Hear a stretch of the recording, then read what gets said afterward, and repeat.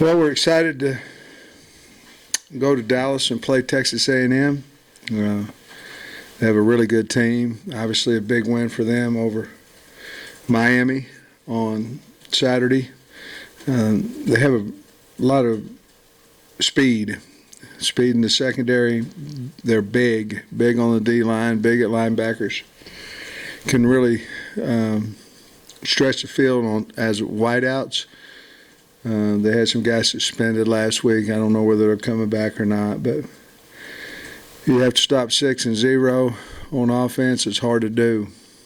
Chain is really fast, and of course, Anaya Smith he's dangerous running the ball, catching the ball, and obviously on punt returns, along with a Chain on kickoff returns. So Max Johnson played really well, I thought, against Miami, and they've got a good special teams group. Just a really solid team, big team. Looked like a big physical SEC team, and have a lot of respect for Coach Fisher. I would consider him a friend of mine, and certainly have a lot of respect for him and his program and the guys on his staff. So with that, we'll get to answering. Yeah, Coach, I was curious after watching film of the last game if there's anything that maybe was different than what you thought from watching live that maybe you took away. Well, I thought our defensive line, I thought they played well. I can put it in a nutshell for you. We didn't tackle well as a team. We're having a hard time covering opponents. We've had that the entire year. On offense, you can't turn the ball over 3 and get 9 on defense. So 3-0. That took that 99% computer winning to 11, and that's about what it felt like out there. But on offense, we had a lot of really good performers. I thought our line played well, and we've got to throw it a little bit better. We got to catch it a little bit better, but we can't turn the ball over, and that's what we did. And in a nutshell, that's special teams helped us. We still have a couple penalties in there that hopefully we can get fixed. We'll try our best today to get that fixed, but that's really what I saw. We didn't tackle well, we didn't cover well. And on offense, we turned the football over, and that's kind of what happens. Luckily, we got out with a win. Is there some stuff with tackling, like from a fundamental deal, that you go back and review this week? And what about coverage? What do you do about that this week? Well, tackling, we started last week in open field tackling, and we brought down the scout team wideouts and running backs, and just trying to get them on the ground. We missed a lot of tackles at linebacker as well, so we have to add that group in there. Last week it was just a secondary, and so I think we just continue to do that. And your other question was what, Trey? Just in the secondary with the coverage issues, is there something that you can do to fix that quickly? Well, I think the first thing is you have to make sure you have the right people in the right spots. I'm talking about pre-snap, not where they're aligned. I'm saying, do we have our best players on the field?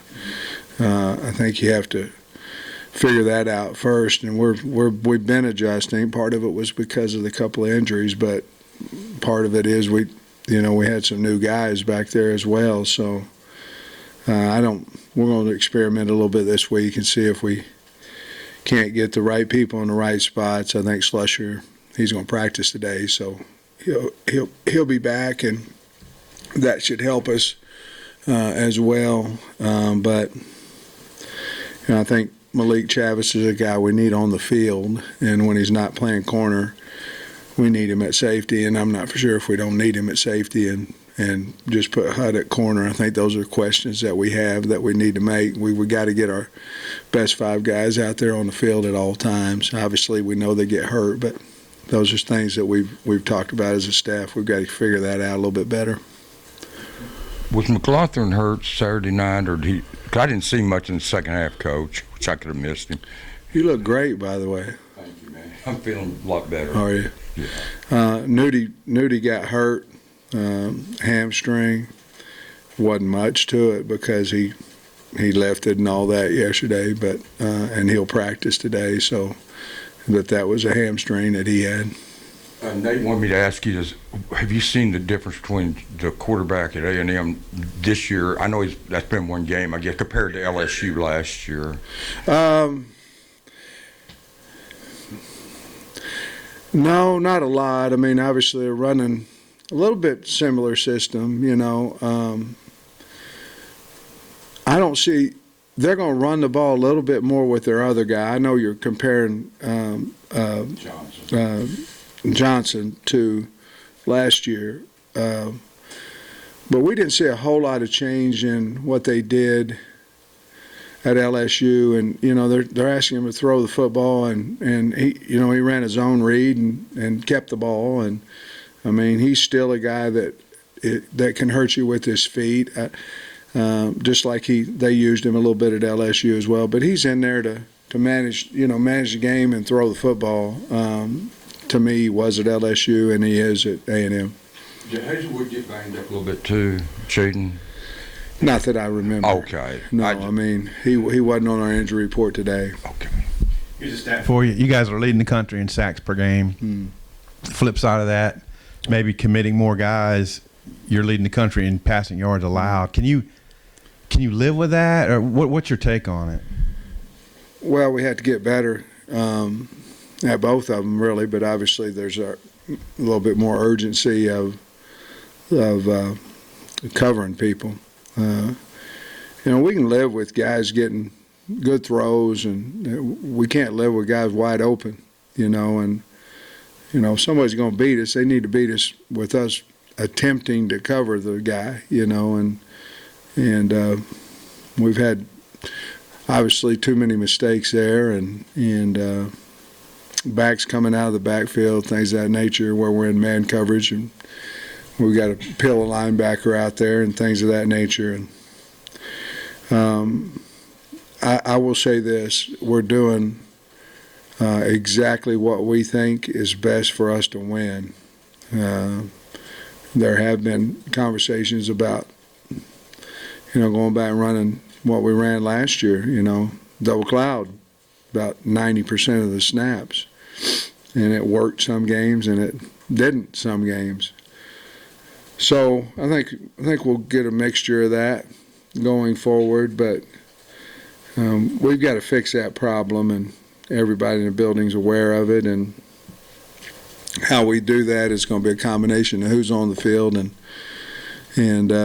the opponent, whether we feel like we can cover them man-to-man or not. And if we can't cover them in zone coverage, then we definitely have to put pressure on the quarterback, because that's something that we're good at. But to do that, you have to be able to play some man, even though we went into some quarters, halves coverage, and rushed Drew Sanders last week in the second half. It seemed to work out a little bit better for us.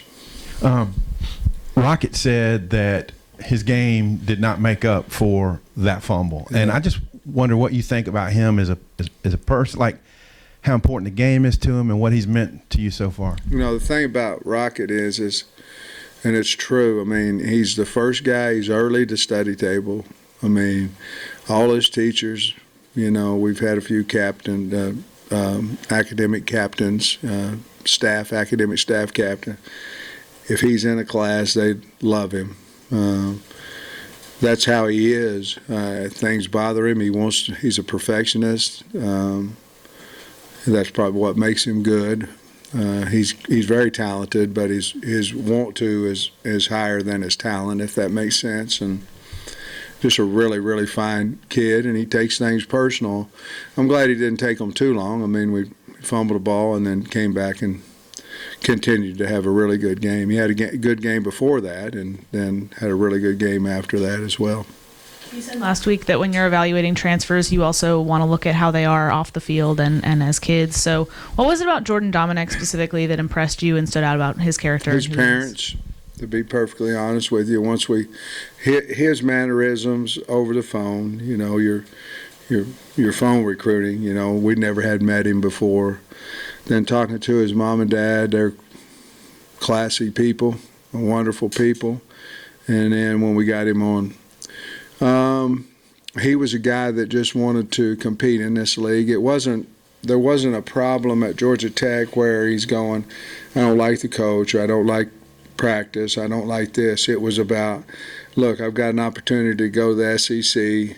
I'd like to see if I'm good enough to play in the SEC. So the reasons have something to do with that as well. But his parents, his family, you knew that he was going to be a good kid by the way he was raised, and he came in and it was a shock to him. If you ask him, he'll tell you it was a shock to him about our work ethic. Nah, that's not fair to say, about how we run our program versus where he came from. And that's not a knock at Georgia Tech at all. They're obviously different than what we do. Coach Rocket was asked on Saturday if he feels like he's starting to make a statement nationally, and he said he does. I'm curious, did you expect this start from him to the season? I expected him to be a really good player. I don't know if I expected us to use him as much as we have.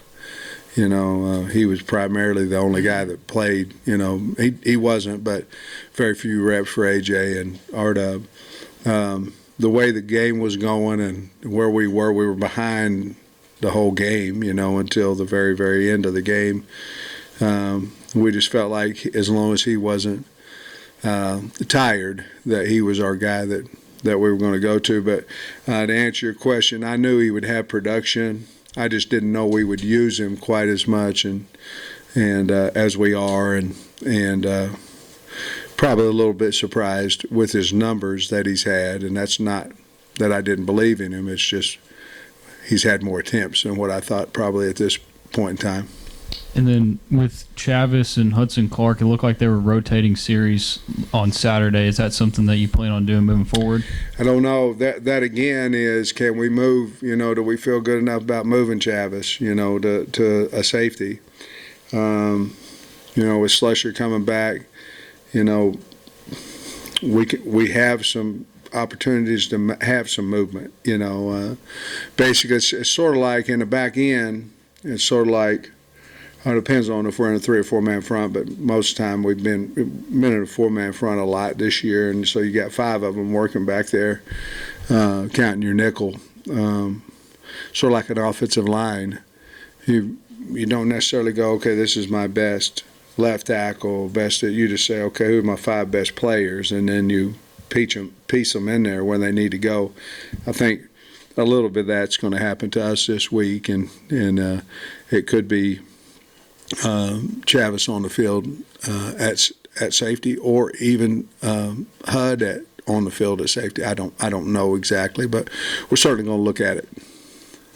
Hey, Sam, I think Appalachian State ran like 80-plus plays against A&M. They just couldn't get off the field. But then last week they held Miami, Yeah. you know, ranked team to 9 points. What'd you think about their defense last week, and maybe the improvement they made from game 2 to game 3? Well, they played in my opinion, they played 2 totally different offenses. You know, Miami tried to throw the ball quite a bit, you know, was having success running the football, but Miami had wideouts they wanted to get the ball to, and this and that. App State was more of a, we're coming at you, we're going to run the football, a little bit of play action, things of that nature. We're going to try to run right at you, stuff like that.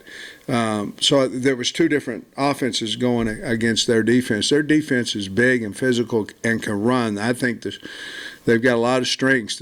One of them is their secondary. They're really good in the back end. So I think they got better last week. You'd have to ask Jimbo, but I think they got a lot better in a week's time. But there was 2, in my opinion, totally different offenses ran against the defense. And you obviously got Sanders and Dominic to boost your pass rush, but have they been even better than you could have anticipated through these first 3 games? Yes, I think both of them are not. You know, Drew came with all the accolades and all that kind of stuff, but yes, I think they're both playing better than even I would have imagined, and I think they'll continue to improve. I think they haven't really hit where they're going to. Bob kind of just stole my question, but I'll ask you about KJ. Has been really effective with his legs, but he threw the ball a lot more this past game. You feel like he's kind of developed into a full, do everything type quarterback and proven he can do that? I believe he can. I mean, I would say this going into last year's game here at A&M, our main concern is how are we going to run KJ? How are we going to run KJ? How are we going to run him? And that's not the belief that we didn't feel like he could throw the ball, because obviously he threw one to Burks, and threw the ball when we had to. Or when they gave it to us, probably the better word to say. But now he can hurt you either way. Very confident throwing the football. We got to get him revved up early. We got to get him involved in the game early, whether that be running or whether that be throwing. I don't think we really called a significant run to him where it was just his run until the third quarter the other night, and that was say, hey, we better get him involved. Even though we were running the ball decent, we better get him involved. Hey, Coach, just going back to the win over A&M last year, how important was that game, just punching through and breaking that losing streak in the series in terms of the trajectory of the program and getting it to where you wanted it to go? Well, it felt good. I mean, I'll say that. I remember going into the locker room after the game, and we were 4-0 at the time, and it felt awful good. I think we'd lost 9 in a row. I think they won 9 out of 10. And something like 9 out of 13 they've won. But I think we won the first 3 in the trophy game I'm talking about in the Southwest Classic. It felt really good. I think it was really important to us because we had been fortunate enough to beat Texas and then come back and beat Texas A&M. I felt like it would do something for us on a national appearance, and I knew it would help us in recruiting in Texas, but I thought like it was a CBS game, I think, 2:30 game, and I felt like it would help us in recruiting. But, yeah, it felt awful good. But, yeah, I thought it was an important game for us to have as a win. Coach, there was a real special video that came out of the Lions camp yesterday. Yeah. Something that you commented on. What did it mean to you, and is it going to be a message to the boys this week? Well, I love Dan Skipper. I mean, him and about everybody I've ever coached. But Danny called me last week. I don't think he'll mind me sharing. I hope he doesn't. I don't think he will, but he called me last week and told me he's going to get his first start. And he was 6 years in, he had been cut, down to the practice team. He said, I'm going to get my first start. And he was very complimentary of me, like I had one thing to do with that, which I did not. He did all that. But then that video, Coach Campbell doing that was awesome. And I called Dan after I saw it last night, and visited with him a little bit. But that was pretty special by Coach Campbell to do that and then send him up so he can have the pleasantry of talking to all you guys in Detroit. And I thought that was pretty cool. I text Coach Campbell as well. I thought it was pretty cool. And he texted me back, but he didn't have to do that either, but I thought it was really neat. I asked him about old Frankie. He said Frankie's a stud, which we all knew that. Hey, Sam, I think I have this right. You coached in the Red River game when you were at OU, and then you coached in the cocktail party when you were at Georgia. Is there a uniqueness to preparing for one of these neutral site games? It's electric. Those games are electric. Now, we didn't win. Thanks for reminding me about the Red River. I'm 0-2. We didn't do so hot when I was at Oklahoma back in 96 and 97, 98. But it's neat. You don't normally walk into a stadium and it's even Steven fans. Hotels have same similar number of occupants from both teams. It's really cool. Being in Mr. Jones Stadium is really neat, and I didn't take the team in there last year, which I'm not this year either, on a Friday, but I said, oh, it's just a stadium. But, I'd been there in 13, 14, 15. And I walked in there, I go, holy cow. I mean, that thing is huge and nice. And I was going, well, maybe I should have brought them in, but we got off to a fast start. So, but yeah, there's really something neat about that. It really is where both fans meet in a town. And the Georgia-Florida game was, and still is, obviously, a great feeling for the fans and for the players. And you were talking after the first game about the number of Rockets touches and just watching that. Do you feel like he's holding up well right now? I do. I mean, yes. He's a big, powerful guy too, and but he's a smart runner. He's learning that when you get wrapped up by a couple guys, it's time to get down. He's starting to learn that instead of standing up there and taking the guy coming from 10 yards away and knocking the heck out of him. He's become, in my opinion, a smarter runner, trying to take away those last second shots on him. But yeah, he's held up really well. Coach, you mentioned the secondary for Texas A&M. I was curious what you thought about the wide receiver play so far, in particular for you guys. Matt Lander seems like he's really starting to charge on. Matt, like I said the other night, he was really down on himself last week. I mean, into Wednesday. And then to come out and have that game, hopefully it propels him to something even better, something special. But I've been real happy with the receivers, including Trey in that, Knox in that. And, basically we're playing four. But obviously Bryce's team has found a way to impact the game, in the special teams. But I thought going into the season we had a good receiver core, and I do now. I think you got to cover each and every. I mean, you had to have somebody pretty good on defense against each one of them. And yeah, I've been real pleased with those guys. We dropped a couple balls the other night that we got to catch. Landon Jackson was one of the best high school players I've seen in his position, Coach. It seemed like last Saturday, maybe in the second half, seemed like he's getting healthy. He gained confidence. It looked like he kind of getting back to where Landon Jackson of old. I agree with you. He's playing with a lot more speed, a lot more confidence. Obviously, he started last week with Stu being out, but yes, I think if you look at him and Drew Sanders both, I think they're getting better each week. I think they're becoming more comfortable with the system and their teammates and things of that nature. But yes, I agree with you 100%. When we went back and saw the tape, Missouri State just came out fast. They were breaking tackles and all. What did you see maybe in terms of just the energy that they started the game and like what y'all needed to do to blunt that maybe? Well, I mean, they had a good scheme on us.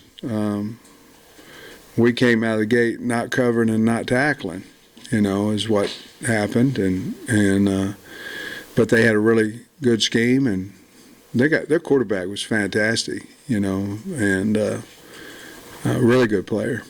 And so, this team, Missouri State got beat 23-16 at Oklahoma State last year. They got beat by 7. And Oklahoma State was number 7 and went to the Fiesta Bowl, beat Notre Dame, and they got a pretty good team. Now we can't turn the ball over, and we got to get better at tackling. We got better at covering and all those types. We have to, but it might be you take the logo off and you put somebody else's logo on there, and you'd say, man, we didn't play very well, but thank God we got the win. I'm pretty sure it didn't flaw Oklahoma State's season when they went to the Big 12 championship and to the Fiesta Bowl. But I think they're a good team with a good coach. It shouldn't have been that way, but you got to give them credit. They were well coached. They came out. They had a Thursday night game, so they had a couple extra days, and they had. It's like anything in sport. If you have a reason, and they had a reason, it was we're down the road, not very far. Coach Petrino, you have a reason. They're hard to beat if you don't play well, and we didn't. And a lot of it was because they made us look bad as well. Any indications last night on what Jashad Stewart will look like, and whether Dominique says he's ready to go? Well, Dominique, we could have played him. He was ready. We just didn't. And on Stu, I think we got to wait today and tomorrow to kind of see how he looks. If I was saying today, I think he'll be able to play, but I haven't seen him. The training staff has, but I haven't seen him. Sam, getting Slusher back, how big a boost? You can tell about the coverage issues you're having. How big a boost could his return be to help your coverage? I think huge. I mean, anytime you get somebody back, it's not just a guy you're getting back, but then you take somebody off the field as well. You know what I mean? And so you get better both ways. You get a better player on, you get a worse player off the field. And, I mean, and that's not saying who we're going to take off the field. I'm just saying then bringing him back, because Slush can play corner, he can play nickel, he can play field safety, he can play boundary safety. And then with him, it allows us to have another opportunity to make sure we have our 5 best players on the field. So I think it's really big. Another question about a couple of your receivers. What strides have you seen from Hazelwood the first 3 weeks, and then would you like to see more of Keytron Jackson moving forward? Well, Hazelwood, I think he's been pretty solid all year. I don't know that. I think his leadership's probably a little bit better than what it was at the beginning, which was really good anyway. I think Hazelwood's been probably the most consistent of those guys, And then, but I will say this: he's a leader now. He's tough and he's a leader. I love the kid. And then Keytron, yeah, I mean, we could look at 10 personnel to get him out on the field, but then you're taking, Trey off the field. I kind of like the way the rotation's going right now. Obviously Keytron, I'm sure, would like to play more, and he's earned that right, and I think he's getting a few more reps than what he did early in the year. Hey, on Rocket, I think he's already got more 20-plus yard plays than he had all of last season. Is there something that he's doing different, or maybe something that players are doing around him differently that's allowing him to have those bigger gains? I think the line's better. I think our offensive line's playing better. I mean, you watch the tape too, so he's breaking a few more tackles than he did last year too. I think he's just more confident. So he probably half stride faster than he was last year because he's seeing things quicker, which will allow for those little longer runs. He's playing really well. And here in this home stadium, when he breaks those off, there's I don't know if you notice this, and I wonder if you do, but a big buzz that comes across the stadium, like during that big touchdown run the other night. Is that something you notice on the sideline? Or no, I can't hear anything. Okay. I mean, when I jump on the assistants, I can't hear them either because they don't ever say nothing. But I can't hear anything once the game starts. I don't hear I really don't. It's sad because I wish I could hear it, but not whenever it ain't positive, but I can't hear it.